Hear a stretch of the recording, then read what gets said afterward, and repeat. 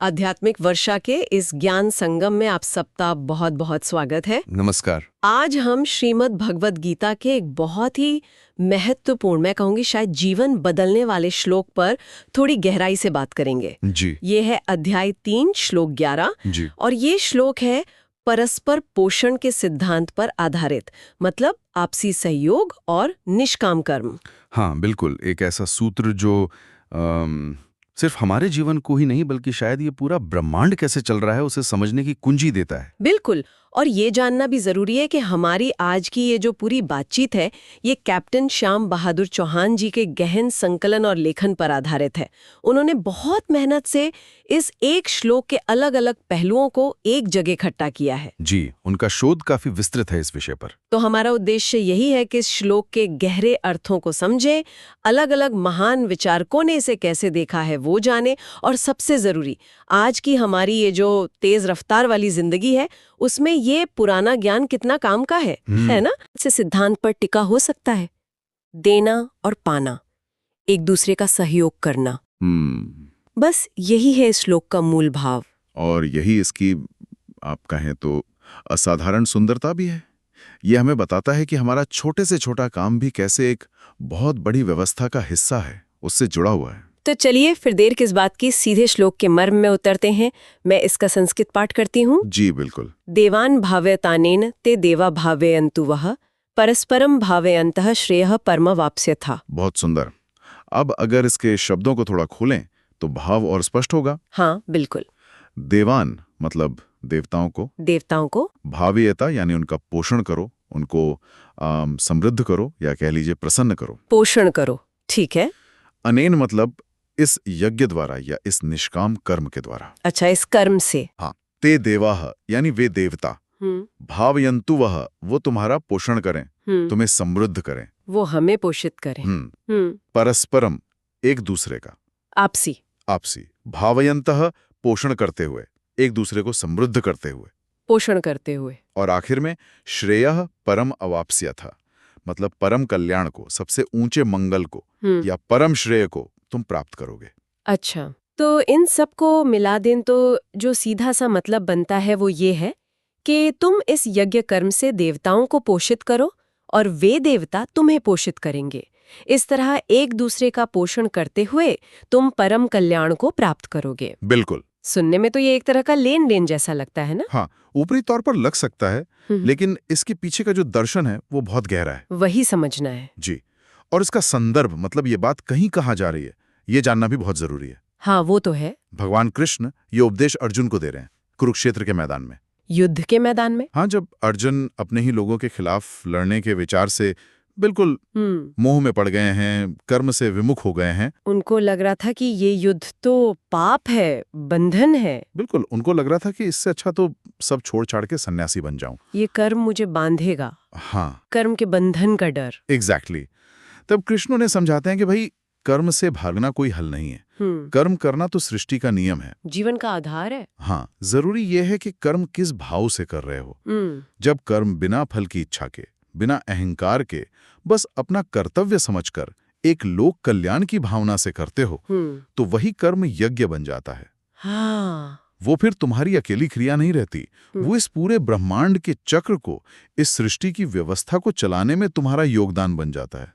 अच्छा, मतलब ये विश्व यज्ञ का सिद्धांत है। बिल्कुल, जहाँ हर किसी का, हर चीज का योगदान जरूरी है। यानी कर्म तो करना ही है, बस उसे स्वार्थ से ऊपर उठकर एक बड़े नजरिए से यज्ञ की भावना से करना है। सही पकड़ा आपने। अब यहाँ ये बात और भी मजेदार हो जाती है कि समय के साथ अलग अलग महान चिंतकों ने, आचार्यों ने इस एक श्लोक की कितनी अलग अलग और गहरी व्याख्याएं की हैं। हाँ। ये दिखाता है कि इसमें कितनी परतें हैं, कितना कुछ है समझने को। और यही तो इसकी यूनिवर्सलिटी है, इसकी टाइमलेस रेलेवेंस है। अलग अलग एंगल से देखो तो नए नए मतलब खुलते हैं। जैसे अद्वैत वेदांत के जो शिखर पुरुष हैं, आदि शंकराचार्य, हाँ, उन्होंने इसे किस तरह से देखा? देखिए, शंकराचार्य जी तो हर चीज को परब्रह्म की एकता के नजरिए से देखते हैं। हाँ, अद्वैत। तो उनके अनुसार ये देवता कोई अलग इंडिपेंडेंट शक्तियां नहीं है। अच्छा।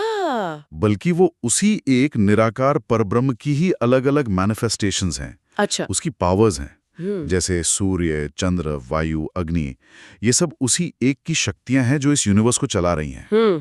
तो जब हम निष्काम भाव से यज्ञ कर्म करते हैं तो हम असल में इन शक्तियों के जरिए उसी एक परम सत्य, उस परब्रह्म से जुड़ने की कोशिश करते हैं। अच्छा। ये कर्म फिर ज्ञान में बदल जाता है, आत्मज्ञान की तरफ ले जाता है। कर्म यहाँ ज्ञान पाने का एक साधन बन गया। कर्म के द्वारा ब्रह्म तक पहुंचना, वाह, ये तो बहुत गहरा आध्यात्मिक पहलू है। लेकिन स्वामी विवेकानंद का नजरिया तो अक्सर बहुत प्रैक्टिकल होता था। बिल्कुल सही कहा आपने।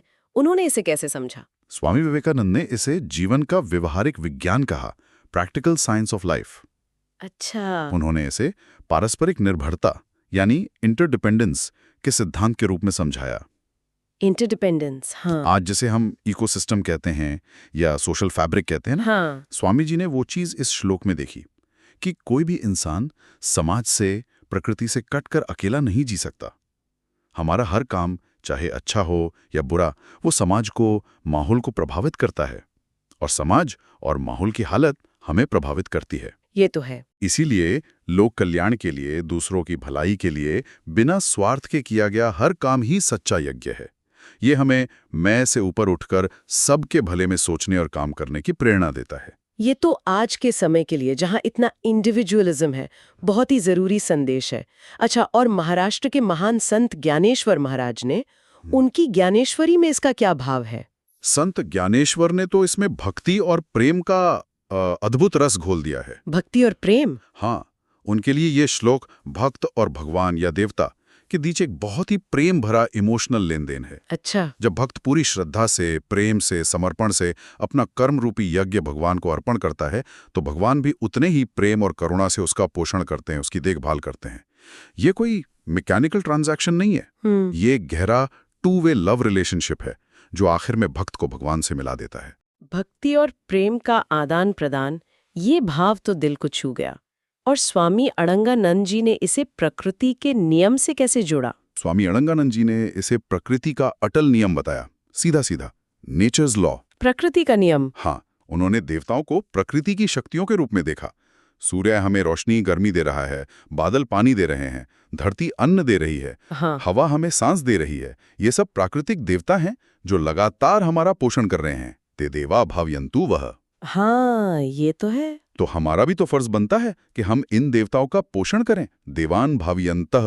हम कैसे पोषण करें इनका? प्रकृति का सम्मान करके, पर्यावरण को बचाकर, पेड़ लगाकर, पानी बचाकर, समाज के लिए अच्छे काम करके। ये एक तरह का कर्ज है जो प्रकृति ने हमें दिया है। अच्छा, एक कर्ज? हाँ, और हमें उसे शुक्रगुजारी के साथ चुकाना है। ये एक साइकिल है, प्रकृति हमें देती है, हम उसे वापस देते हैं। इस साइकिल को बैलेंस्ड रखना, ठीक से चलाना, इसी में सबका भला है। ये तो बिल्कुल इकोलॉजी और सस्टेनेबिलिटी वाली बात हो गई, जिसकी आज हमें शायद सबसे ज्यादा जरूरत है। एग्जैक्टली। और गीता प्रेस या स्वामी चिन्मयानंद जी जैसे जो कर्मियों के बड़े व्याख्याता हैं, उन्होंने किस बात पे जोर दिया? उनका मुख्य जोर तो निष्काम कर्म योग के सिद्धांत पर ही रहा है। निष्काम कर्म? हाँ, वो इस बात पर बल देते हैं कि जब हम काम करते समय मैं कर रहा हूं और ये मेरे लिए है, इस भाव से ऊपर उठ जाते हैं। जब हम कर्म के फल से चिपकते नहीं, उसे ईश्वर को सौंप देते हैं, तब वही साधारण सा दिखने वाला काम भी यज्ञ बन जाता है। अच्छा। और ऐसा यज्ञ कर्म हमें बांधता नहीं, बल्कि कर्म के बंधनों से आजाद करता है।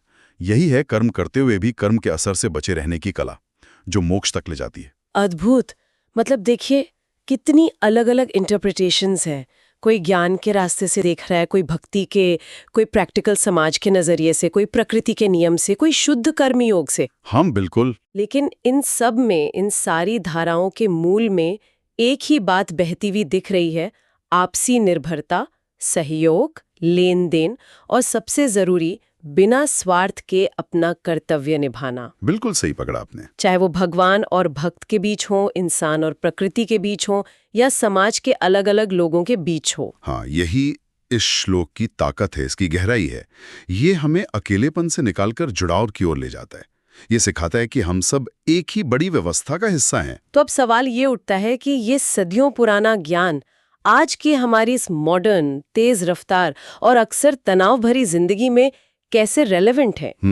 हम इसे अपनी रोजमर्रा की जिंदगी में कैसे उतार सकते हैं? देखिए, इसकी रेलेवेंस आज शायद पहले से भी कहीं ज्यादा है, और ये जीवन के हर लेवल को छूती है। अगर हम मानसिक स्तर पर बात करें, आजकल स्ट्रेस, एंजाइटी, पर्पसलेसनेस, ये सब बहुत आम है। बिल्कुल।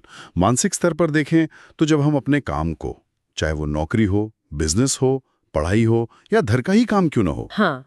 जैसे कि ये समाज की सेवा है, ये प्रकृति का पोषण है, या बस मैं अपना कर्तव्य पूरी ईमानदारी और निष्काम भाव से कर रहा हूँ, तो जीवन में एक मतलब, एक पर्पस महसूस होता है। काम फिर बोझ नहीं लगता, वो एक सेटिस्फाइंग एक्टिविटी बन जाता है। सही बात है। और जहाँ सेटिस्फैक्शन है, पर्पस है, वहाँ तनाव और चिंता की जगह अपने आप कम हो जाती है।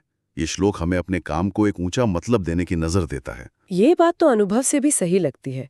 जब काम में अर्थ मिलता है तो एनर्जी अपने आप बढ़ जाती है।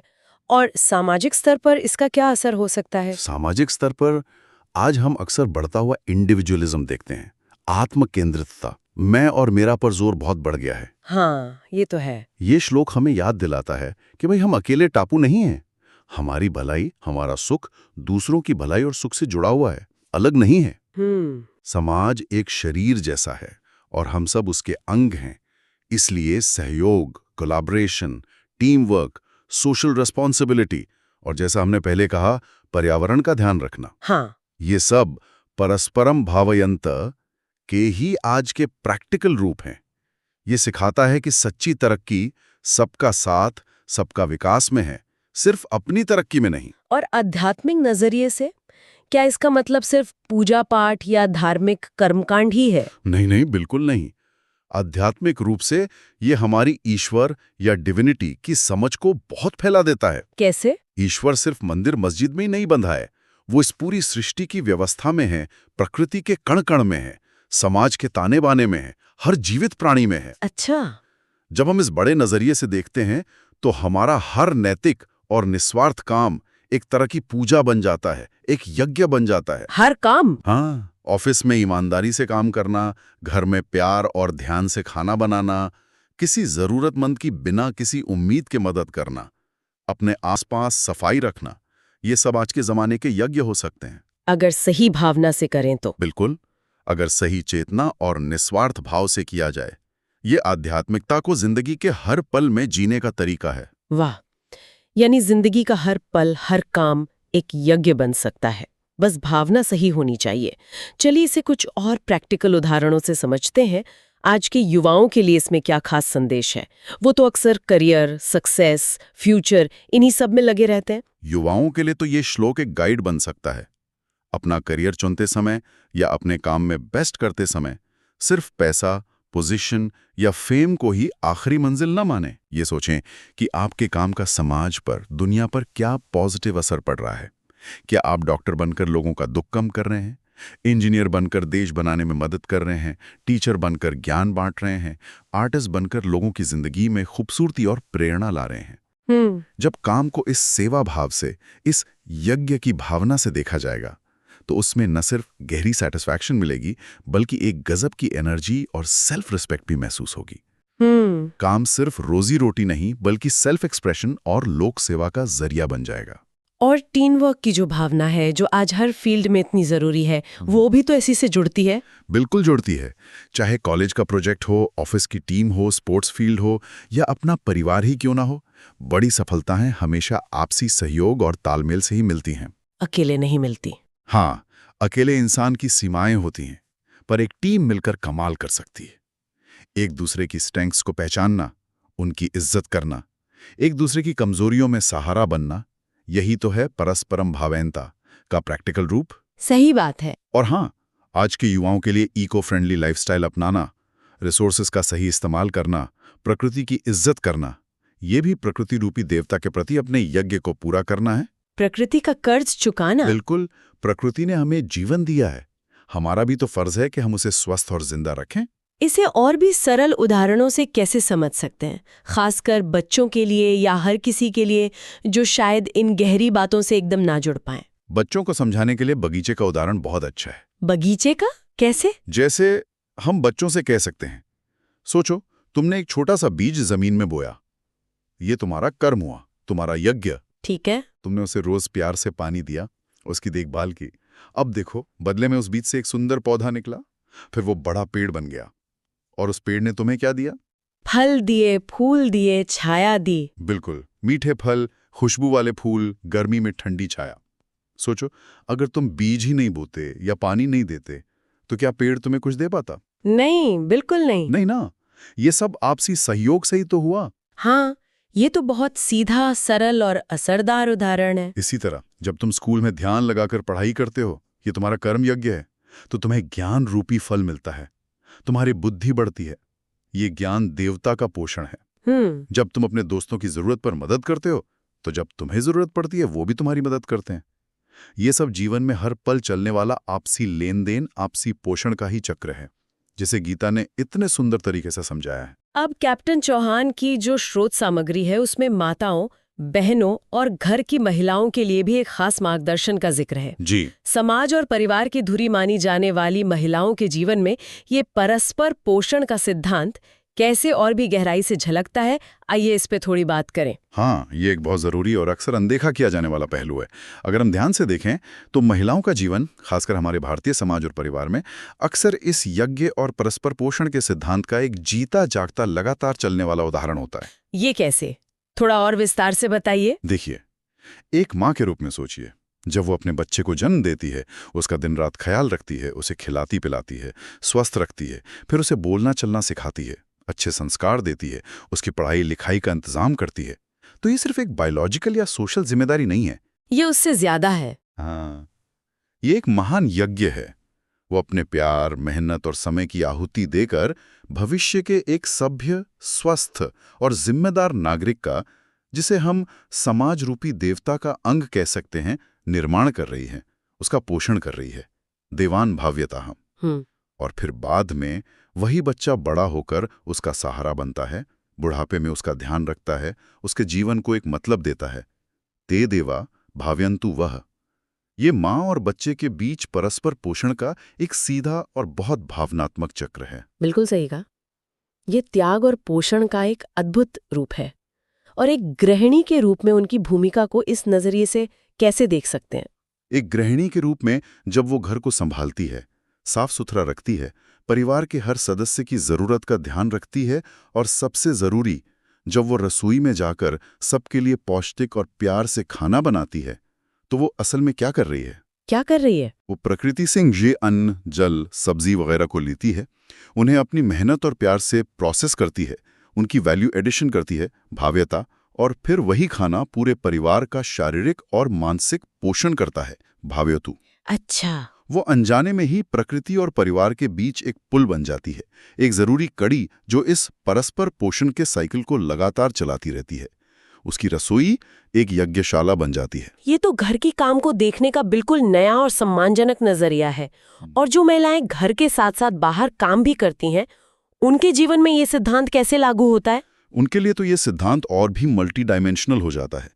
ऑफिस का काम, घर की जिम्मेदारियां, अक्सर ये सब मिलकर एक भारी बोझ जैसा लग सकता है। हाँ, तनाव और थकान होना तो स्वाभाविक है। बिल्कुल, लेकिन अगर वो अपने इस दोहरे कर्तव्य को एक बड़े यज्ञ के रूप में देखें कि उनका प्रोफेशनल काम समाज की किसी न किसी जरूरत को पूरा करके समाज का पोषण कर रहा है, और उनका घरेलू काम परिवार का पोषण कर रहा है, तो शायद इस बोझ में भी एक गर्व और एक उद्देश्य महसूस हो। ये सोच तनाव कम कर सकती है। हाँ, और उनके हर काम में एक गहरा मतलब और शायद आनंद भी भर सकती हैं।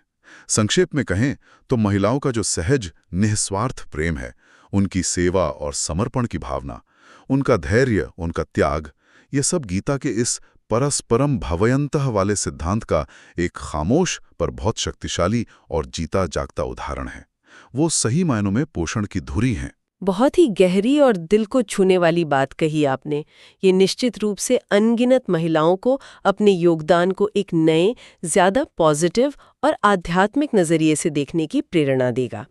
तो अब अगर हम इस पूरी लंबी बातचीत का सार समेटना चाहें, तो मुख्य संदेश क्या निकल कर आता है? इस श्लोक और हमारी बातचीत का सार यही है कि ये पूरी सृष्टि, ये दुनिया एक बहुत बड़ी यज्ञशाला जैसी है। हम इसमें अकेले नहीं हैं, अलग थलग नहीं हैं। हम सब जुड़े हुए हैं। हाँ, हम सब एक अनदेखे धागे से एक दूसरे से जुड़े हैं, एक दूसरे पर निर्भर हैं। जीवन का असली राज और खुशी सिर्फ अपना स्वार्थ साधने में नहीं है, बल्कि परमार्थ में है, मतलब दूसरों के भले में अपना योगदान देने में।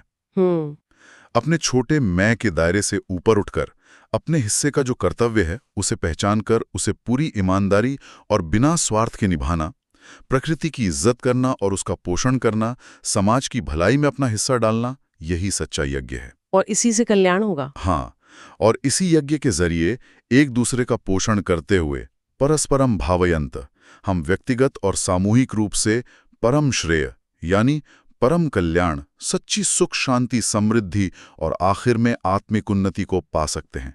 सीधे शब्दों में कहें तो यह जैसा बोगे वैसा काटोगे वाला ही नियम है, लेकिन एक ऊंचे स्तर पर। हाँ, लेकिन ये कर्म और फल के एक बहुत ऊंचे नैतिक और आध्यात्मिक धरातल पर लागू होता है। तो इस ज्ञान यज्ञ का सार यही है, आपसी सहयोग, निस्वार्थ कर्म और एक दूसरे का पोषण करने में ही व्यक्तिगत और सामूहिक उन्नति का राज छिपा है। ये एक बहुत ही शक्तिशाली और जीवन बदलने वाला विचार है। निश्चय ही, ये सिर्फ एक श्लोक नहीं बल्कि जीवन जीने का एक पूरा पॉजिटिव और हार्मोनियस दर्शन है। तो जाते जाते हम अपने श्रोताओं के लिए एक सोचने वाला सवाल छोड़ना चाहेंगे। जी, आज ही कोशिश करके देखें, अपने रोज के जीवन में किए जाने वाले किसी भी एक काम को, चाहे वो कितना ही छोटा या साधारण क्यों न लगे, उसे एक यज्ञ समझकर पूरी जागरूकता, ईमानदारी और निस्वार्थ भाव से करने की कोशिश करें। देखिए आपको कैसा लगता है, क्या आपके अनुभव में कोई फर्क आता है? या फिर ये सोचें कि ये परस्पर पोषण का सिद्धांत हमारे आज के डिजिटल युग के रिश्तों पर, जैसे सोशल मीडिया पर बातचीत या दुनिया भर में सहयोग पर, कैसे लागू किया जा सकता है। इस सोचने और मनन के विषय हैं इस यूनिवर्सल सिद्धांत पर विचार करना और फिर उसे धीरे धीरे अपने व्यवहार में उतारने की कोशिश करना ही हमें सही मायनों में इंसानियत की ओर ले जा सकता है और हमारे जीवन को ज्यादा सार्थक और समृद्ध बना सकता है। और इस गहन चर्चा को मुमकिन बनाने वाली प्रेरणा और समझ के लिए हम स्रोत सामग्री के संकलनकर्ता और लेखक कैप्टन श्याम बहादुर चौहान का एक बार फिर दिल से आभार व्यक्त करते हैं। उनके परिश्रम ने हमें गीता के इस अनमोल रत्न को इतने विस्तार से समझने का मौका दिया। जी बिल्कुल, और आप सभी श्रोताओं का भी बहुत बहुत धन्यवाद कि आपने इतने ध्यान और धैर्य के साथ इस चर्चा को सुना। उम्मीद है गीता का ये कालातीत ज्ञान आपके जीवन के रास्ते को रोशन करेगा और उसमें सकारात्मक ऊर्जा भरेगा। इसी मंगल कामना के साथ आज की ये चर्चा यहीं समाप्त करते हैं। नमस्कार। नमस्कार।